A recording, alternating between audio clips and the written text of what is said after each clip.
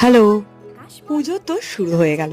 আর আমরা চলে গেছিলাম দ্বিতীয় দিন কল্যাণী আইটিআইতে ঠাকুর দেখতে, আমি, দিদি আর মাম্পি দিদি। আর আমরা কল্যাণী পৌঁছে জানতে পারলাম আমাদের 3 কিলোমিটার হেঁটে যেতে হবে, কারণ সেদিন থেকে নো এন্ট্রি হয়ে গেছিল। হাঁটতে কেমন লাগছে বলো?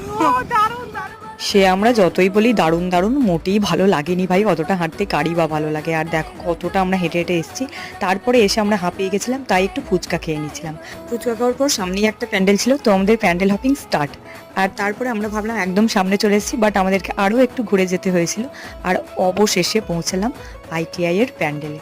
সত্যিই কিন্তু ভীষণ সুন্দর, মানে অপূর্ব হাতের কাজ।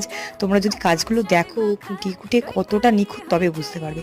আর এই যে প্রতিমার সমস্ত গয়না নাকি সোনার। ওখান থেকে বেরিয়ে জিলিপি খেয়ে চলে গেছিলাম রথতলা ঠাকুর দেখতে। ওখানে হয়েছিল বৃন্দাবনের প্রেম মন্দির, বাট প্যান্ডেল খোলেইনি। কিছু বলবে? ভাই কেউ বলবে না, সেটা হয়।